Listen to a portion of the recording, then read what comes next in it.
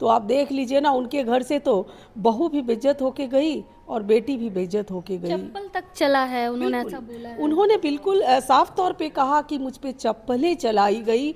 अब आप सोच सकते हैं कि कैसी मानसिकता के लोग हैं जो बेटियों पे चप्पल चला सकते हैं। वो बेटी जिसने कभी अपने पिता का अपना किडनी दान किया था। अच्छा, लालू जी क्या कर रहे हैं? रोहिणी आचार्य ट्वीट में ये भी लिखी कि अपने माता पिता को रोते हुए छोड़ के हम निकले हैं वहाँ से, मेरा मायका छुड़वाया गया। तो लालू जी के पास अब वो पावर नहीं रहा क्या? सारा जो पावर है वो संजय यादव के पास है, तेजस्वी के पास है। बिल्कुल, संजय यादव अब बिहारी भी नहीं है। हरियाणा से आकर संजय यादव अब वो आरजेडी चला रहे हैं, महागठबंधन चला रहे हैं। चेहरा तो तेजस्वी यादव का है, वो तो पढ़े लिखे समझदार है नहीं। ये तो इसी से पता चलता है कि जिस भाई को नेतृत्व मिला, उस भाई ने उस घर को नहीं समेटा तो वो बिहार को क्या समेटेंगे। पहले तेज प्रताप यादव को घर से निकाला गया, अब रोहिणी आचार्य। अगली बारी किसकी होगी? क्या हो सकता है अगली बारी मीसा भारती की हो कि संजय यादव की वजह से सब हो रहा है, मैं घर छोड़ रही हूँ, परिवार छोड़ रही हूँ, पार्टी छोड़ी। तो सोचिए उस बेटी पे क्या बीती होगी जब वो बिहार की धरती को छोड़ के वो फ्लाइट में बैठने के बाद बहुत रोई होगी। और आज जो रिजल्ट का परिणाम आया है ना, तो वो सही आया है। हर माँ बहन बेटी बिहार की आज सोच रही होगी कि ये लोग कभी भी बहू बेटी का सम्मान नहीं कर सकते। लालू परिवार में जो है तेज प्रताप यादव के बाद अब रोहिणी आचार्य भी जो है परिवार से दूर हो गई हैं। उन्होंने कई तरह के आरोप लगाए हैं। इन्हीं सब मुद्दों पे बातचीत करने के लिए हमारे साथ भाजपा की प्रवक्ता है अनामिका पासवान जी। बहुत बहुत स्वागत है आपका। जी जी, बहुत बहुत धन्यवाद आपका। लालू परिवार में जो चल रहा है आप देख रही होंगी, सुन रही होंगी, क्या कुछ आपकी राय है इस पर? देखिए, जिस तरह से लालू जी के परिवार में बेटियों और बहुओं का अपमान हो रहा है, उन्हें घर से निकाला जा रहा है, और एक तरफ एनडीए है जो महिलाओं को सम्मान दे रही है, सशक्त बना रही है, स्वावलंबी बना रही है, और बहू बेटियों की इज्जत, महिलाओं की इज्जत एनडीए कर रही है। और दूसरी तरफ वहीं महागठबंधन में आरजेडी परिवार के अंदर में जिस तरह की घटना कल घटी है, तो बेहद ही दुखद है। क्योंकि कहा जाता है कि बेटी जब मैके आती है तो उसके लिए खुशी का पल होता है, और जब उसी बेटी का अपमान हो, वो रो कर निकले, दिल से रोए, तो ये अच्छे संकेत नहीं है लालू परिवार जी के लिए। और लालू जी के परिवार की बात की जाए तो तेजस्वी जी अभी नेतृत्व कर रहे हैं, और जब वो अपने भाई बहन को अच्छे से जोड़ के नहीं रख पाए तो वो क्या बिहार को अच्छे से रख पाएंगे।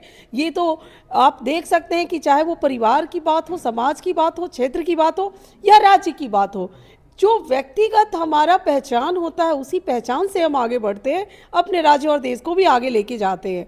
तो इस तरह की घटिया मानसिकता वाले आरजेडी का नेतृत्व कर रहे हैं तेजस्वी यादव, जो अपने भाई बहन को नहीं जोड़ पाए।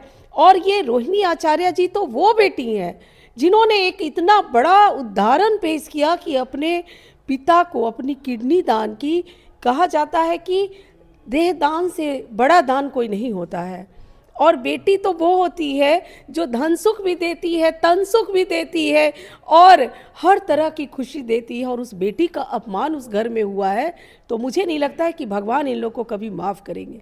ना ये धर्म के अच्छे हैं, ना ये कर्म के अच्छे हैं। और मुझे बहुत बुरा लग रहा है रोहिणी आचार्य जी ने जिस तरह से कल एयरपोर्ट पे बयान दिया कि संजय यादव की वजह से सब हो रहा है, मैं घर छोड़ रही हूँ, परिवार छोड़ रही हूँ, पार्टी छोड़ी। तो सोचिए उस बेटी पे क्या बीती होगी जब वो बिहार की धरती को छोड़ के वो फ्लाइट में बैठने के बाद बहुत रोई होगी।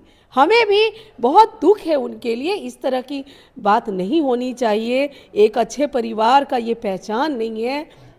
और जिस तरह से वो लोग बोलते थे कि हम माँ बहन योजना चलाते हैं, माँ बहन का सम्मान करते हैं, तो आप देख लीजिए ना, उनके घर से तो बहू भी बेइज्जत होके गई और बेटी भी बेइज्जत होके गई। चप्पल तक चला है, उन्होंने ऐसा बोला है। उन्होंने बिल्कुल साफ तौर पे कहा कि मुझ पे चप्पलें चलाई गई।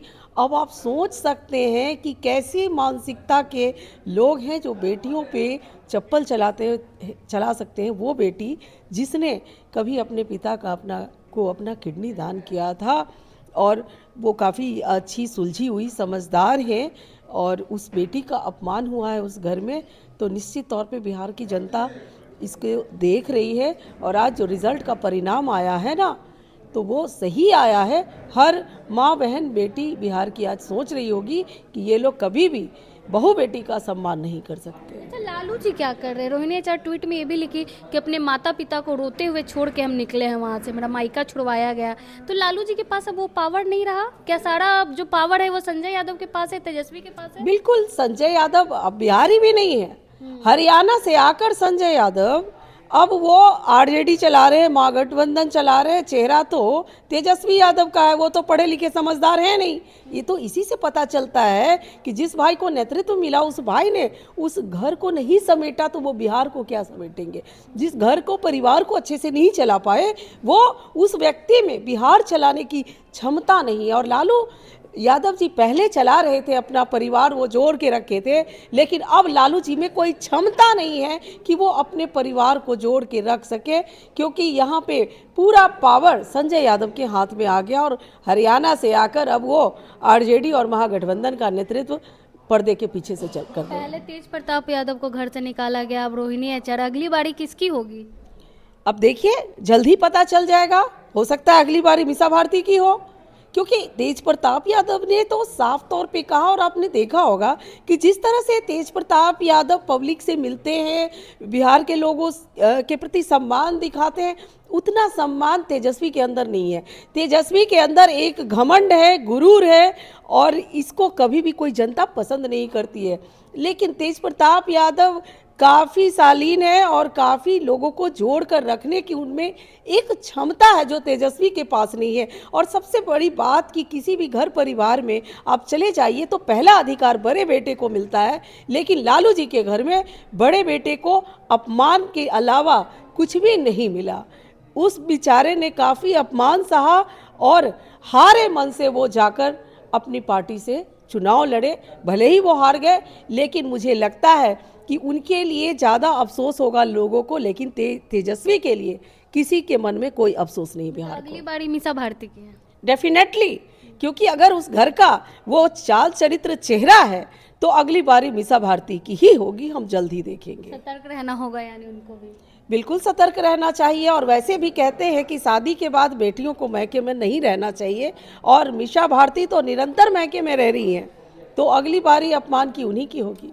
अच्छा, क्या लगता है 18 तारीख को तेजस्वी कह रहे थे कि हम शपथ ले रहे हैं, उनका तो सपना अधूरा रह गया? देखिए, ये जो एनडीए को प्रचंड जीत मिली है ना, ये चमत्कार बिहार की जनता ने किया है, बिहार की उन महिलाओं ने किया है जिन महिलाओं को एनडीए की सरकार ने, माननीय प्रधानमंत्री श्री नरेंद्र मोदी जी, माननीय मुख्यमंत्री श्री नीतीश कुमार जी ने सशक्त बनाया, स्वावलंबी बनाया और शांतिमय जीवन दिया। ये उन महिलाओं का आशीर्वाद था, उन युवाओं का आशीर्वाद था, उन मजदूरों का, उन किसानों का, उन गार्जियनों का, जिसने बिहार को समृद्ध बिहार बनते हुए देखा और विकास के मार्ग पर अग्रसर होते हुए देखा। उन तमाम जनता को मैं आपके चैनल के माध्यम से कोटि कोटि प्रणाम करती हूँ और आभार व्यक्त करती हूँ कि 20 वर्षों तक बिहार की जनता ने सेवा का मौका दिया है एनडीए को, और 25 से 30 फिर से एनडीए को मौका मिला है, और इस 25 से 30 में निश्चित रूप से बिहार विकसित बिहार बनने जा रहा है। चलिए, बहुत बहुत धन्यवाद। हमारे साथ अनामिका पासवान जी थी, भाजपा की प्रवक्ता हैं। बाकी पूरी बातचीत को लेकर आप क्या कुछ सोचते हैं, अपनी राय कमेंट बॉक्स में जरूर दें। धन्यवाद।